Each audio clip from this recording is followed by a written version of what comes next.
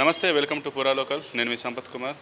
ఏదైతే కేంద్ర ప్రభుత్వం డీలిమిటేషన్ ప్రక్రియ చేపడుతుందో దానికి సంబంధించి కాంగ్రెస్ అధిష్టానం కావచ్చు, తెలంగాణ నుండి కాంగ్రెస్ సంబంధించిన సీఎం రేవంత్ రెడ్డి కూడా ఈ డీలిమిటేషన్ ప్రక్రియ అనేది ఆపివేయాలి. దీని ద్వారా దక్షిణాది రాష్ట్రాలు చాలా వరకు నష్టపోతాయి. కేవలం ఉత్తరాది రాష్ట్రాలకు సంబంధించిన సీట్లు పెరుగుతాయి. దాంతో దక్షిణాది రాష్ట్రాల ప్రమేయం లేకుండానే వాళ్ళు అధికారంలోకి వస్తారంటూ కూడా వారైతే స్టార్టింగ్ నుంచి ఆరోపణలు చేస్తున్నారు. దాని గురించి మరింత సమాచారం మనం తెలంగాణ ఉమెన్ కోఆపరేటివ్ చైర్మన్ బండు శోభరాన్ గారు ఉన్నారు. వారిని మరిన్ని వివరాలు తెలుసుకుందాం. నమస్కారం మేడం. ఇది ఏదైతే డీలిమిటేషన్ ప్రక్రియ ఏదైతే ఉందో దాని గురించి మీరు స్టార్టింగ్ నుంచి కూడా కాంగ్రెస్ పార్టీ అపోజ్ చేస్తూ వస్తుంది. దీని గురించి మీరు ఎట్లా స్పందిస్తారు? డీలిమిటేషన్ ప్రక్రియ పూర్తిగా అప్రజాస్వామికంగా చేస్తూ ఉన్నారు. ముఖ్యంగా భారతదేశంలో అనేక పార్టీలు ఉన్నాయి.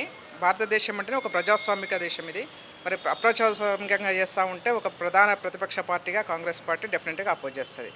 ఎందుకంటే ఇది దక్షిణాది రాష్ట్రము, ఉత్తరాది రాష్ట్రం అనేది రెండు రకాలుగా భారతదేశాన్ని చూస్తూ ఉంటాం. భారతీయ జనతా పార్టీ పూర్తిగా దక్షిణాది రాష్ట్రాలకు వ్యతిరేకంగా కనిపిస్తూ ఉంది. దక్షిణాది రాష్ట్రాలకు వ్యతిరేకంగా దక్షిణాది రాష్ట్రాల్లో ప్రధాని నరేంద్ర మోదీ గారి యొక్క ప్రభావం లేకపోవడంతో దీన్ని ఏ విధంగా అయినా పక్కకు పెట్టాలి, మళ్ళీ అధికారంలోకి రావాలనే పద్ధతిలో ఇవాళ భారతీయ జనతా పార్టీ పావులు కలుపుతున్నట్టుగా చేస్తూ ఉన్నది. అందుకే మేము ఏమంటా ఉన్నామంటే డీలిమిటేషన్ చేయాలనుకున్నప్పుడు భారతదేశంలో ఉన్నటువంటి అనేక పార్టీలు ఉన్నాయి. అనేక పార్టీలను మీరు కూర్చోబెట్టండి, అఖిలపక్షం గురించి మాట్లాడండి. ఒక ఏకాభిప్రాయంకి వచ్చిన తర్వాత మీరు డీలిమిటేషన్ ప్రక్రియ చేయాలి.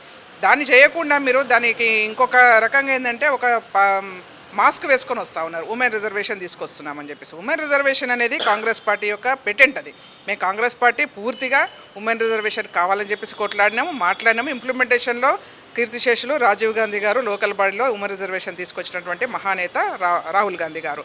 ఇవాళ సోనియా గాంధీ గారు ఆల్రెడీ చట్టసభల్లో కూడా మహిళలకు 33% రిజర్వేషన్లు కావాలని చెప్పేసి రాజ్యసభలో బిల్ పాస్ చేయించి ఇవాళ పార్లమెంట్లో బిల్లు ఆ రోజు మాకు మెజారిటీ లేకపోవడము, దానివల్ల కొంతమంది అపోజ్ చేయడంతోనే ఆ రోజు ఆగిపోయింది. ఇవాళ భారతీయ జనతా పార్టీకి ఫుల్ ఫ్లెడ్జ్గా మెజారిటీ ఉంది. 543 స్థానాలు ఉన్నాయి. 543 స్థానాలలో మీరు ఉమెన్ రిజర్వేషన్ బిల్లును ఇంప్లిమెంటేషన్ చేయండి.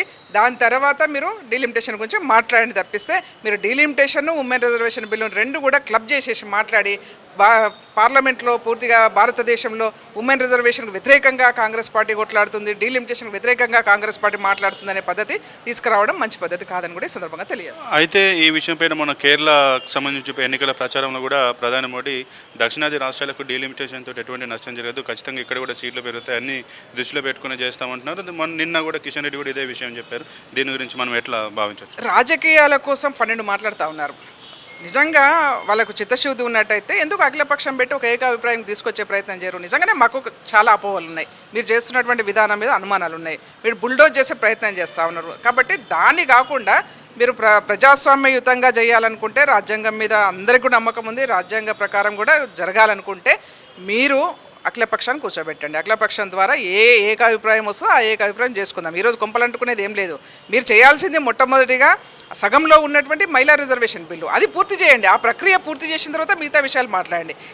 అది క్లబ్ చేస్తామంటే అది కరెక్ట్ కాదనేదే మేము చెప్తా ఉన్నాం. కాబట్టి ఇవాళ కేరళలో మాట్లాడిన ఎన్నికల కోసం మాట్లాడుతున్నారు, తెలంగాణ రాష్ట్రంలో మాట్లాడిన ఎన్నికల కోసమే మాట్లాడతారు. తప్పిస్తే వాళ్ళు ఒకసారి బిల్లు డీలిమిటేషన్ ప్రక్రియ మొదలై ఇంప్లిమెంటేషన్ అయిన తర్వాత దాన్ని మళ్ళీ ఏం చేయలేం కదా. కాబట్టి కాకముందే కొట్లాడాల్సిన అవసరం ఉంది. మనకు అన్యాయం జరుగుతూ ఉంటే కొట్లాడకుండా ఎట్లా ఉంటాం చెప్పండి? ఒకవేళ కొట్లాడకపోతే కూడా భారతదేశంలో మనం తప్పు చేసిన వాళ్ళం అవుతాం కదా. అందుకనే డెఫినెట్గా కాంగ్రెస్ పార్టీ కొట్లాడుతుంది, మాట్లాడుతుంది. దానికి వ్యతిరేకంగా భారతీయ జనతా పార్టీ చేస్తున్నటువంటి విధానాలకు వ్యతిరేకంగా డెఫినెట్గా మేము ఉద్యమం చేస్తాం. అయితే మేడం, ఇది జిహెచ్ఎంసీకి సంబంధించి బీజేపీ కూడా కొన్ని ఆరోపణలు చేసింది. జిహెచ్ఎంసీని 3 విభాగాలుగా విభజించారు. దీని ద్వారా కేవలం ఒక ప్రాంతాన్ని మొత్తం మజ్లిస్కి అనుకూలంగా మజ్లిస్కి మేయర్ని చేయడానికి ప్రణాళికలు చేసుకుంటున్నారు. దీని ద్వారా చాలా వరకు నష్టపోతుంది. కేవలం మజ్లిస్కి అనుకూలంగా ఉండడం కోసం దీన్ని 3 విభాగాలు డివిజన్ చేశారంటూ వారైతే ఆరోపిస్తున్నారు. దీన్ని ఎట్లా చూస్తారు? హైదరాబాద్ అంటేనే మినీ భారతదేశం. అనేక వర్గాలు, అనేక మంది, అనేక రాష్ట్రాల నుంచి వచ్చి ఇక్కడ బతుకుతున్నటువంటి వాళ్ళు. సరే, ముస్లిమ్స్ అంటే ఈ ప్రాంతంలో వాళ్ళ కొత్తగా వచ్చినటువంటి వాళ్ళు. ఈ ప్రాంతంలో వాళ్ళు అనేక సంవత్సరాల నుంచి ఇక్కడ బతుకుతూ ఉన్నారు, నివసిస్తూ ఉన్నారు, పార్లమెంటు స్థానాలు, అసెంబ్లీ స్థానాలు గెలుచుకుంటూ ఉన్నారు. కాబట్టి ఒక్కరికి ప్రయోజనాల కోసం ఇవాళ కాంగ్రెస్ పార్టీ హైదరాబాద్ను విభజించలేదు. పరిపాలనకు అనుకూలంగా ఉండాలి. మళ్ళీ గ్రేటర్ హైదరాబాద్ అనేది రోజు రోజు పెరుగుతూ ఉన్నది. ఇవాళ పాత గ్రేటర్ హైదరాబాద్కి ఇవాళ ఉన్నటువంటి గ్రేటర్ హైదరాబాద్కి చూస్తే 3 అంతలు అయిపోయింది. కాబట్టి పరిపాలన సౌలభ్యం కోసం, ప్రజలకు చేరువ కావడం కోసం, ప్రజల యొక్క సమస్యలు పరిష్కారం కావడం కోసం దాన్ని విభజించుకోవడం చేసుకోవడంలో తప్పులేదు. కాబట్టి వాళ్ళు పచ్చకామెలకు పచ్చగానే చూసినట్టు కనిపిస్తుంది అని అంటారు కదా, ఆ పద్ధతిలో వాళ్ళకి ఎంతసేపు ముస్లిం వ్యతిరేకంగా మాట్లాడతారు. ముస్లిం వ్యతిరేకంగా మాట్లాడితే హిందువులందరూ ఓట్లు మాకు వస్తాయని చెప్పేసి వాళ్ళు అనుకుంటా ఉన్నారు. ఇది ఏది కాదు. మరి మిగతా రెండు కమిషన్లు మరి హిందువులకు అనుకూలంగా చేస్తూ ఉన్నామా? అట్లా కాదు కదా. ఒక పరిపాలన సౌలభ్యం కోసం ఎవరు ఎక్కడ ఉంటే బాగుంటుంది, ఏ ప్రాంతంలో ఎక్కడ ఒక కమిషనర్ పెడితే బాగుంటుంది అనేది పద్ధతిలో చేస్తూ ఉన్నాము.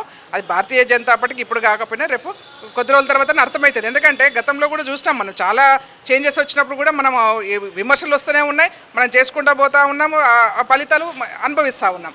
కాబట్టి ఇవాళ హైదరాబాద్ను విభజించుకోకపోతే ఒకటే గ్రేటర్ హైదరాబాద్గా ఉంటే సగం రాష్ట్రం కన్నా ఎక్కువ ఉన్నది కదా ఇక్కడ జనాభా.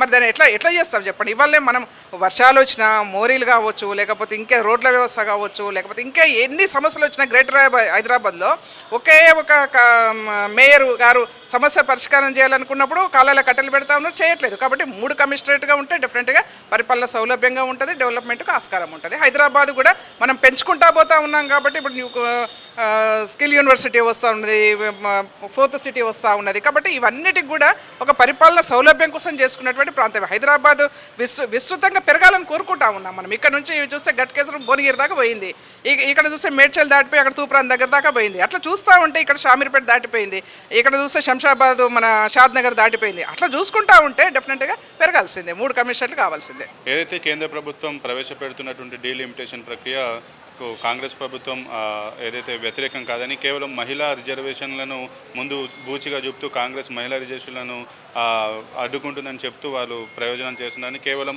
ఉత్తరాది ప్రాంత ప్రయోజనాల కోసం ఉత్తరాది ప్రాంతాల్లో నియోజకవర్గాలను పెంపు చేస్తూ దక్షిణాది రాష్ట్రాలను ఒక రకంగా అణచివేసే ప్రయత్నం చేసే భాగంగానే కేంద్ర ప్రభుత్వం యొక్క ఈ డీలిమిటేషన్ ప్రక్రియ చేపడుతుందని, అఖిల పక్షాలను నిజంగా డీలిమిటేషన్ చేయాలి అనుకుంటే అఖిలపక్ష పార్టీలు అన్నింటినీ పిలిచి దానిపైన సమావేశం ఏర్పాటు చేసి ఆ తర్వాత ఈ ప్రక్రియను పూర్తి చేయాలి తప్పించి ఇట్లా ఏకపక్షంగా చేయకూడదంటూ కూడా ఆ కాంగ్రెస్ పార్టీ సంబంధించి బండు శోభన్ అని చెప్పడం జరిగింది. కెమెరామెన్ సీతారాంతో సంపత్ కుమార్, హైదరాబాద్.